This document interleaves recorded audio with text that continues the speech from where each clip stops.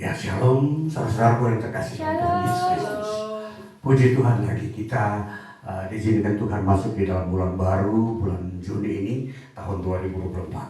Kita akan bersama-sama menerima berkat Tuhan melalui firman-Nya, dan kita akan baca hari ini dari kitab Kolose pasal 3 ayat 12, satu ayat saja.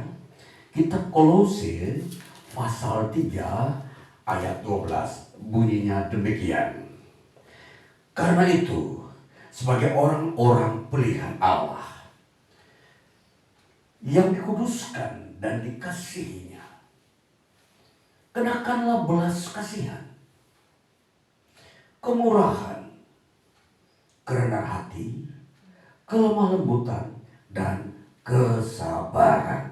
Ya, saudara, bagian firman Tuhan ini, kenapa saya ambil satu ayat saja? Karena ini akan saya memberikan sebuah fokus terhadap sebuah karakter kehidupan manusia. Saudara yang terkasih, tema kita dari firman Tuhan yang kita baca adalah karakter manusia baru. Saudara yang terkasih, di dalam era kehidupan manusia, sepanjang sejarah manusia itu ada, memang karakter itu menjadi bagian-bagian yang utama yang nampak di dalam kehidupan manusia. Jadi karakter setiap orang itu memang berbeda. Dari karakter ini akan memperlihatkan seseorang bertingkah laku dan bagaimana dia bisa beradaptasi dengan lingkungan baru dan seterusnya. Dan itulah sebabnya itu bagian daripada karakter hidup manusia.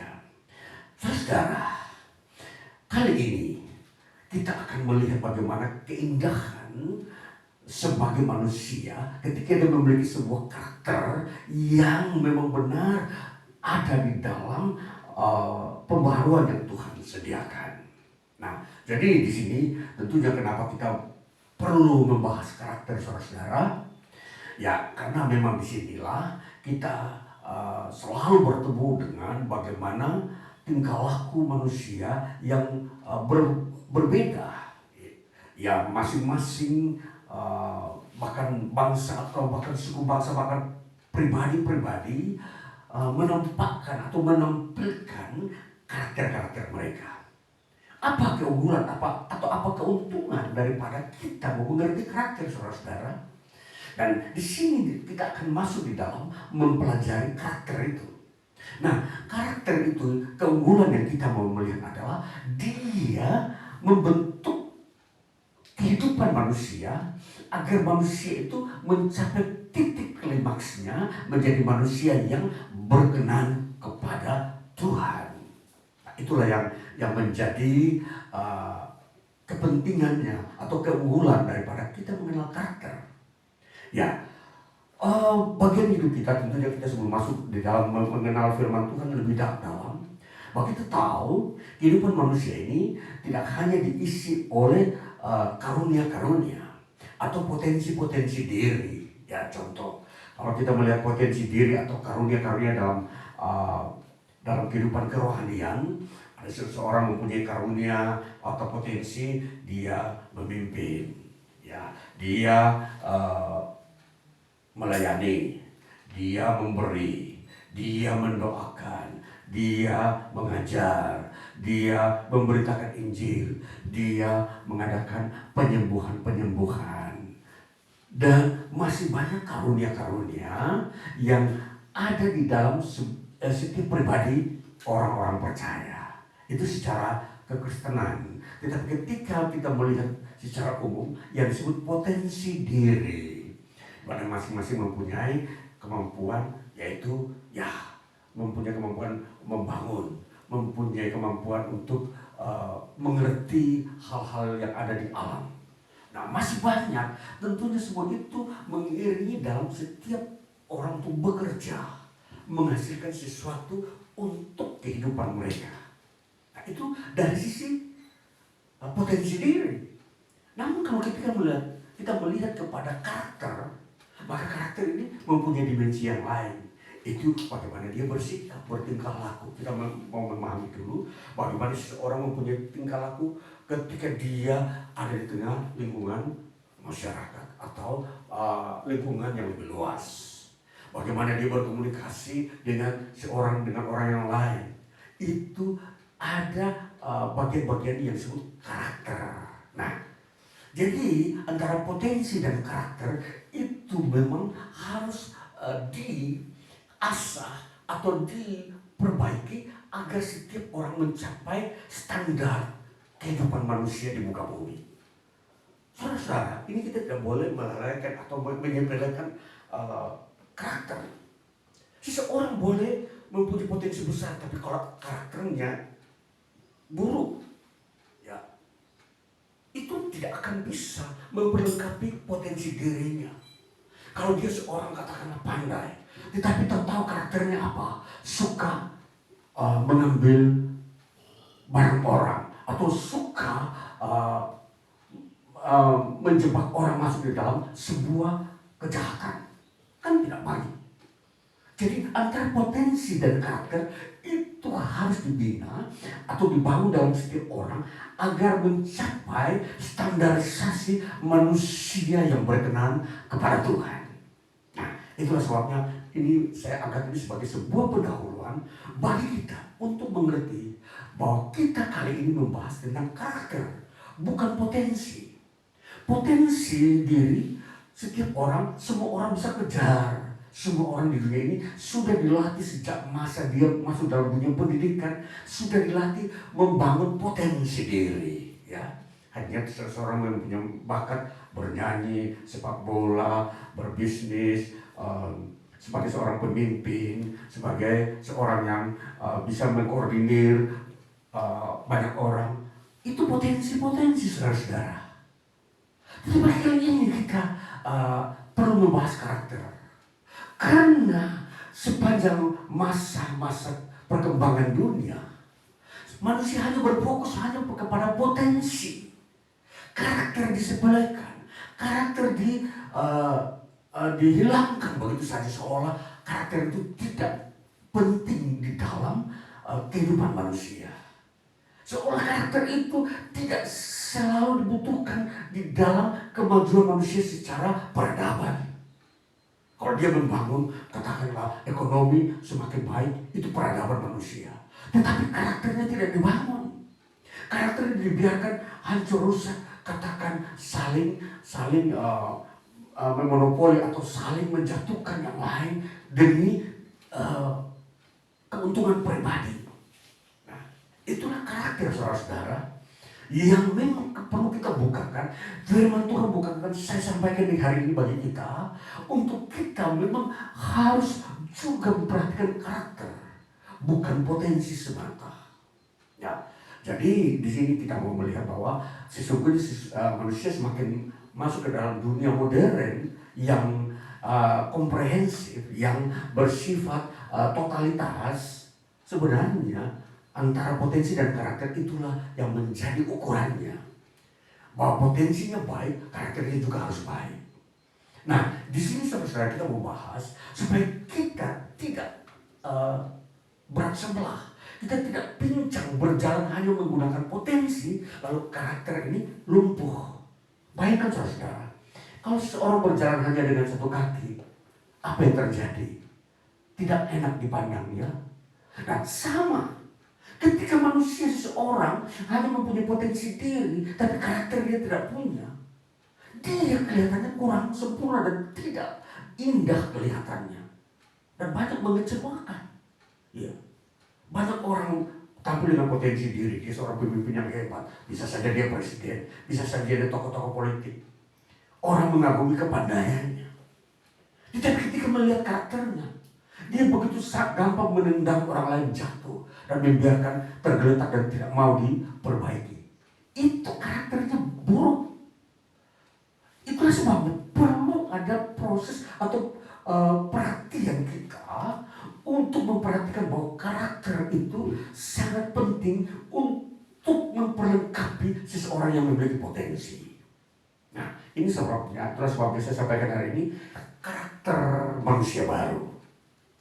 Di dalam firman Tuhan yang kita sudah baca, dikatakan begitu, karena itu sebagai orang-orang pilihan Allah yang dikuduskan dan dikasihinya.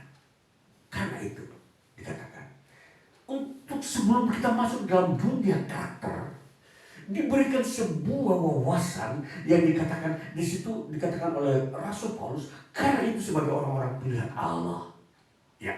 Jadi kita melihat bahwa ada sebuah pertanyaan atau sebuah pemandangan awal di mana kita diarahkan kepada sebuah pemandangan bahwa lihatlah, karena kamu sebagai orang-orang pilihan Allah,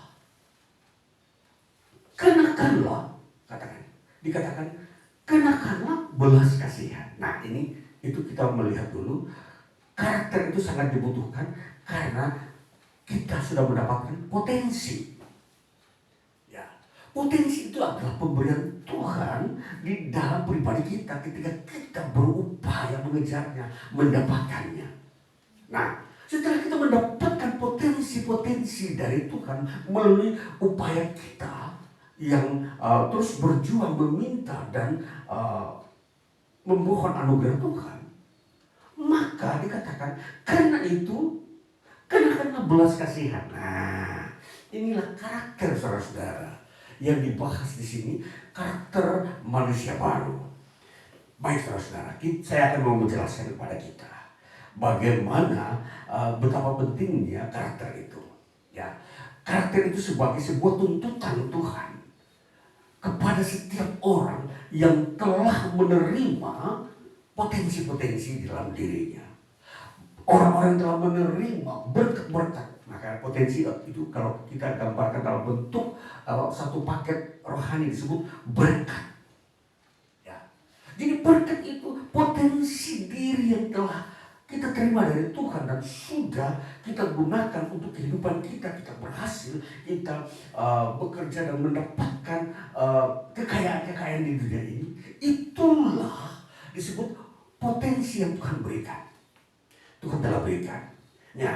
Nah, dikatakan Rasul Paulus berkata begini kepada jemaat Kolose, karena kamu telah menerima potensi diri itu sebagai orang-orang pilihan Allah itu, dikatakan kenakanlah belas kasihan. Saudara, memang di sini saya akan harus memulai dari awal, mau mengerti ayat ini. Ayat ini begitu kuat di dalam kita mau mengerti bagaimana kehendak Tuhan dalam diri kita setiap orang yang percaya kepada Kristus. Kita perhatikan, dikatakan karena itu, ya. Jadi karena itu sudah dijelaskan, saya sampaikan bahwa karena apa? Karena itu, apa itu? Karena itu ialah, yaitu kamu telah menerima potensi tadi. Karena itu, ya kan? Nah, jadi kita mau memperhatikan istilah karena itu adalah kata Yunani disebut oun. Nah, oun ini sebuah kata penghubung yang bersifat koordinatif yang terbentuk sebagai sebuah interrogatif. Artinya apa saudara-saudara? Ini sebuah kata penghubung yang menghubungkan antara peristiwa-peristiwa yang sebelumnya terjadi, yaitu pemberian Tuhan berkat yang disebut nanti disebut akan menjadi sebuah pertanyaan terhadap orang yang menerima potensi itu. Pertanyaannya apa? Ialah kamu harus mengenakan. Nah ini saudara-saudara, jadi kalau kita memperhatikan hidup ini tidak pernah ada dalam posisi tidak ada Tuhan di dalamnya. Tuhan selalu hadir lebih dahulu, baru kemudian Tuhan memberikan kewajiban kepada manusia. Perhatikan ayat ini. Jadi katakan karena sebagai orang-orang pilihan Allah yang dikuduskan. Nah ini kita perhatikan, Allah yang sudah menguduskan, maka dikatakan kenakanlah belas kasihan. Ini pertama dulu.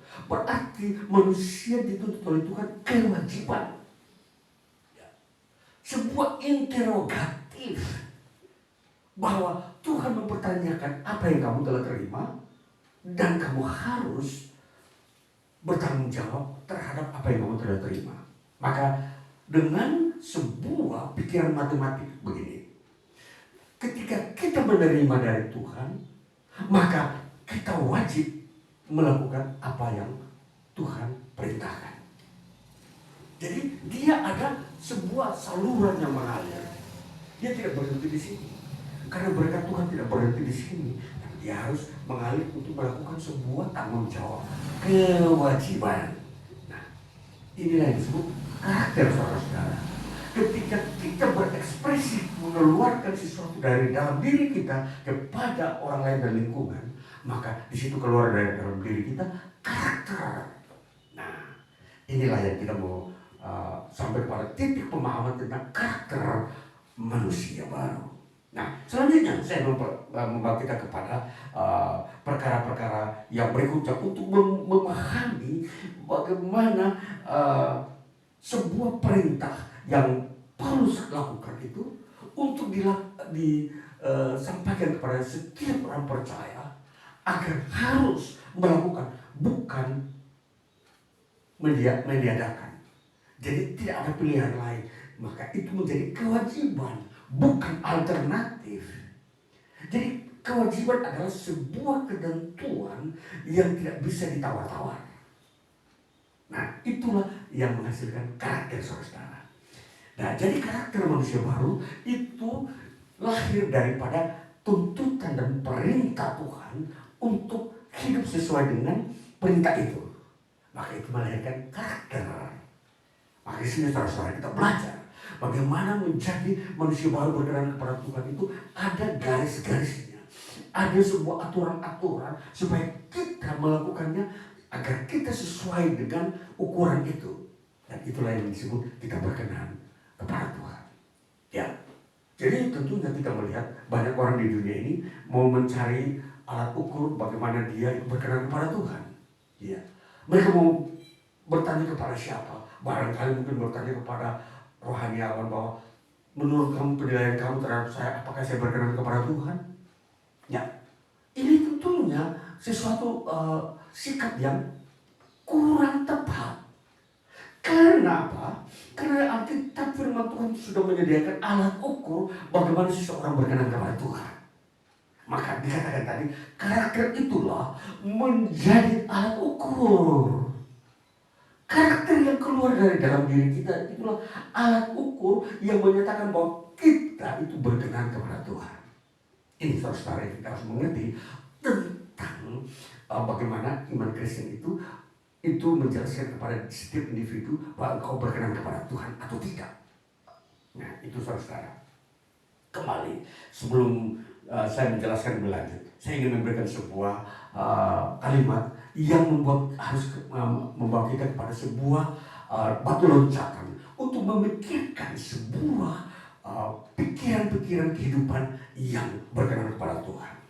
Ada kalimat berkata begini, manusia adalah ciptaan Tuhan. Karena itu ia harus taat kepada Allah. Nah, itulah kita memperhatikan kalimat ini. Karena manusia adalah ciptaan Allah. Karena itu ia harus taat kepada Allah, kepada Tuhan.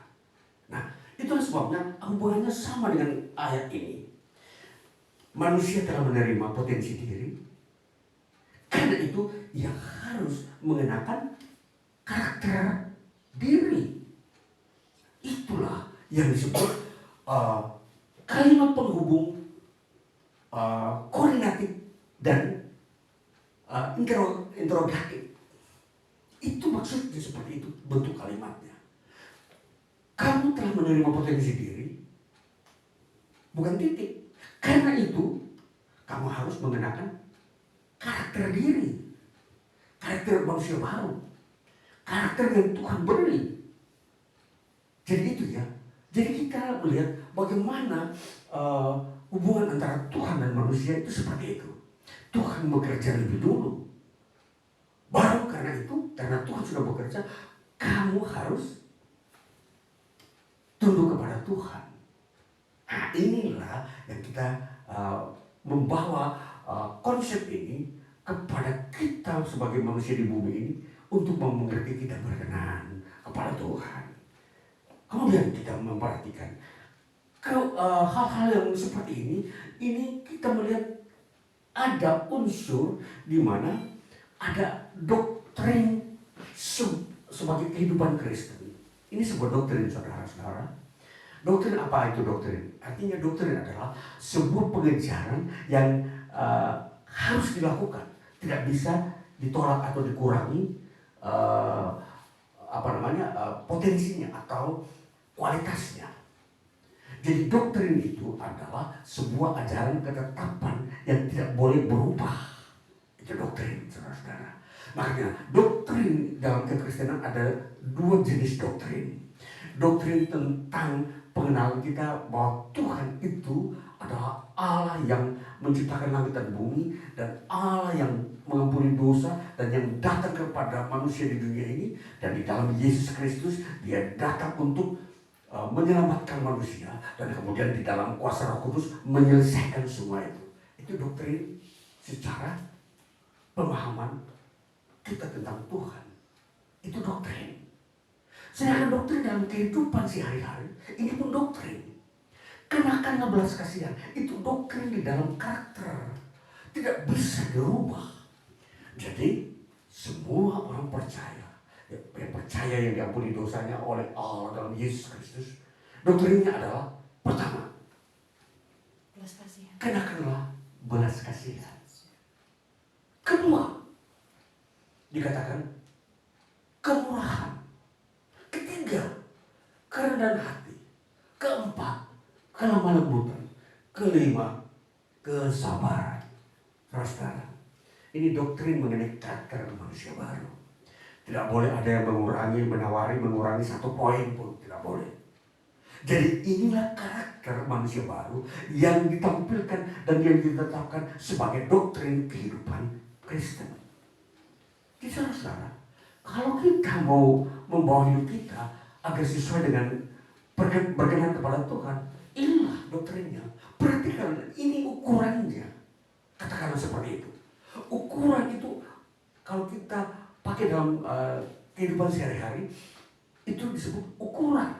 Tetapi dalam sebuah rangkaian ilmiah atau teologi, maka itu disebut doktrin. Ya.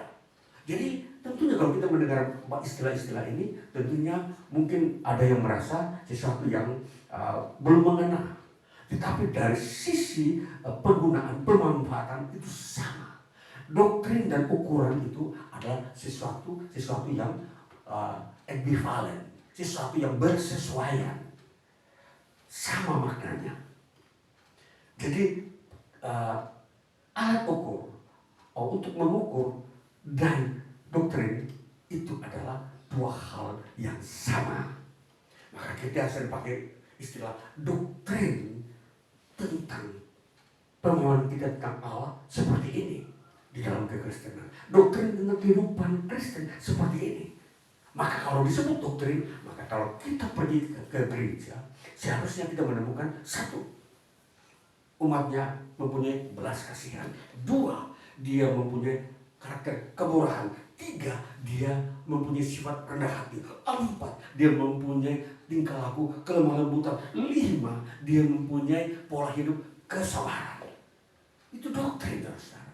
Jadi untuk menemukan karakter ini hanya kita temukan dalam gereja. Perhatikan saudara. Jadi memandang gereja itu harus di dalam kehidupan umatnya, jemaatnya harus memiliki ini. 5 karakter ini yang sebagai doktrin kehidupan jemaat Tuhan. Saudara, jadi kita tidak usah bertele-tele jauh-jauh mencari sesuatu konsep-konsep bagaimana membangun gereja. Konsep membangun gereja harus dibangun di atas doktrin kehidupan Kristen, yaitu karakter ini. Jadi percuma kita membangun sebuah pelayanan gereja bertumbuh besar, tapi kalau jemaat tidak mempunyai 5 karakter ini, betapa rapuh dan tidak berkenan kepada Tuhan. Apa yang kita mau cari? Kita sudah diberikan karunia talenta, tapi kita tidak menjalankan karakter, betapa pincang kehidupan di dalam pengenalan akan Tuhan. Jadi karakter manusia itu harus dibangun lagi. Setiap jemaat Tuhan harus dibangun karakternya untuk memenuhi standar dia berkenan kepada Tuhan. Ya, jadi karena Tuhan sudah memberkati, memberikan potensi, maka kewajiban daripada setiap jemaat Tuhan memiliki karakter yang disebut karakter manusia baru. Katakan begini, kalau dulunya dia belum mengenal Tuhan, dia masih dikatakan seseorang yang tidak mempunyai belas kasihan, selalu mempunyai sifat-sifat kejahatan. Itu ditinggalkan, kenakanlah belas kasihan. Nah, itulah yang sebabnya kita di dunia ini, kita sebelum mengenal Kristus tentunya, atau kita sebelum mengenal ajaran Kristus, bisa saja kita berkelakuan berkarakter buruk. Karakter. Tetapi ketika kita sudah menerima pengampunan dosa, menerima potensi yang Tuhan berikan dalam diri kita dan segala kekayaannya, maka kita pun harus merubah karakter yang buruk menjadi yang baik.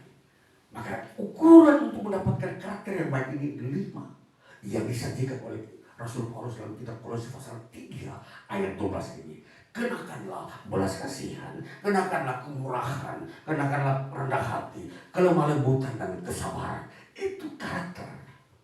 Maka saudara, lihatlah kepada diri saudara, lihatlah dalam komunitas saudara, persekutuan saudara. Adakah 5 karakter ini sebagai doktrin di dalam kehidupan pribadi setiap orang percaya? Kalau belum ada, berusaha untuk mendapatkannya atau memilikinya. Karena ini sebuah perintah dari Tuhan melalui Rasul Paulus. Kenakanlah, bukan buanglah, tapi kenakanlah, pakailah. Jadi kali ini kita ada dalam sebuah pendidikan bagaimana menuju kepada manusia yang sempurna, manusia yang berkenan kepada Tuhan, ya. Jadi di sini dari sisi karakter berbeda dengan dari sisi kehidupan yang keseharian tentunya kita berhubungan dengan kerja. Tetapi karakter ini sebagai sebuah ukuran tertinggi bagi setiap orang. Setiap orang harus mempunyai 5 karakter ini, standarisasinya. Jadi kalau kau mempunyai 5 karakter ini, engkau hidup selalu berkenan kepada Tuhan, berbahagia, diberkati, dan engkau sendiri akan melanjutkan semua tanggung jawab yang Tuhan perintahkan. Di dalam memberitakan Injil, di dalam melayani orang-orang lemah, di dalam juga menolong setiap orang yang mengalami masalah-masalah kerohanian supaya mereka dibaharui. Karakter inilah yang akan meneguhkan seseorang yang memiliki potensi dan karunia. Ini saudara. Jadi baiklah kita mau melihat, memandang bahwa membangun karakter diri kita itu mempunyai makna keunggulan yang sangat besar supaya kita sempurna. Karakter potensi itu semakin lebih baik ketika karakter kita juga lebih baik. Maka tentunya pemandangan utama yang kita harus dapat lihat dan ukur kepada setiap orang Kristen termasuk hamba-hamba Tuhan, bahwa dia wajib mempunyai 5 karakter ini: kesabaran, kerendahan hati, kemurahan hati, kesabaran, dan seterusnya. Ini yang harus kita perhatikan. Maka di dalam doktrin ini kita sudah tidak bisa lagi menggantikannya. Kita sudah melihat bagian 5 patokan ini sebagai senjata pribadi kita, atau sebagai kekuatan dalam diri kita untuk kita hidup melayani, untuk kita hidup beribadah, untuk kita hidup menjadi terang dan saksi di dunia ini. Maka biar kita selalu mengoreksi introspeksi diri kita. Apakah saudara dan saya sudah mempunyai kerendahan hati? Apakah saudara dan saya sudah mempunyai berbelas kasihan? Apakah saudara dan saya sudah mempunyai kemurahan? Apakah saudara dan saya sudah mempunyai kelemah lembutan dan kesabaran? Ini perhatikan. Sepanjang 5 poin ini belum sempurna, kejar sampai sempurna. Bagaimana saudara mempunyai sifat kesabaran, kelemah lembutan, kemurahan hati, rendah hati, dan belas kasihan? Perhatikan. Dan di dalam semua ini, maka engkau akan melihat Yesus di dalamnya. Kalau engkau belum mempunyai karakter ini, engkau tidak bisa memandang Kristus ketika dia hidup di dunia ini. Maka jangan saudara salah Ketika saudara ingin melihat Kristus, tapi saudara menyempelekan karakter, saudara tidak akan menemukan Yesus.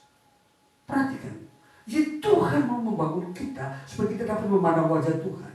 Bagaimana caranya prosesnya? Itu karakter itulah yang harus kita benahi. Tidak bisa kita datang kepada Tuhan dengan hati yang masih penuh ketidaksabaran, penuh dengan kesombongan, penuh dengan kekasaran, penuh dengan kikir. Tidak bisa orang masuk ke hadirat Tuhan, memanggil nama Tuhan dengan karakter sifat-sifat seperti itu. Maka dengan catatan seperti ini, kita akan mengoreksi diri kita. Bahwa sebelum kita menghadap hadirat Tuhan, periksalah selalu karakter kita. Belum sempurna, segeralah sempurnakanlah. Bagaimana itu bisa terwujud? Dan itulah sebuah kerja tanggung jawab kita. Sampai kita menyelesaikan semua itu, maka Tuhan berkata, engkau kudus, engkau telah dikasihi Allah. Nah, itulah saudara. Jadi pengampunan dosa yang Tuhan buat bagi kita masa ketika kita mengaku dosa, itu membawa kita kepada tanggung jawab kita untuk mengenakan apa yang disebut kelembalan putar kesabaran, kasih, belas kasihan dan seterusnya. Ini perhatikan saudara, hidup kita di dunia ini, kita tidak selamanya hanya berurusan dengan potensi. Jangan kita terus hanya bergerak di lingkungan potensi. Potensi satu sudah ditambah, mau lagi 2, mau 3, mau 4, sampai sebanyak-banyaknya potensi itu ditambahkan kepada kita. Tidak salah saudara. Tapi itu bukan fokus kita. Fokus kita itu harus seimbang. Potensi Tuhan yang memberi. Tapi kalau kita tidak berfokus membangun diri kita karakter, maka semua kerinduan cita-cita memiliki banyak potensi, semua itu akan pincang adanya. Jadi perhatikan kita di dunia ini. Kalau Tuhan sudah memberikan kita potensi, jangan lupa perhatikan karaktermu supaya kita berbahagia. Biar firman Tuhan bagi kita hari ini menuntut kita kepada pembaruan, menjadi manusia baru, dan kita selalu bertobat kalau kita belum mau melakukan apa yang Tuhan sudah tentukan kita harus lakukan. Biar kita semua ini mempunyai pola pikir, cara berpikir yang sesuai dengan kehendak Tuhan. Tuhan Yesus memberkati kita. Haleluya, haleluya. Kita akan masuk dalam perjamuan.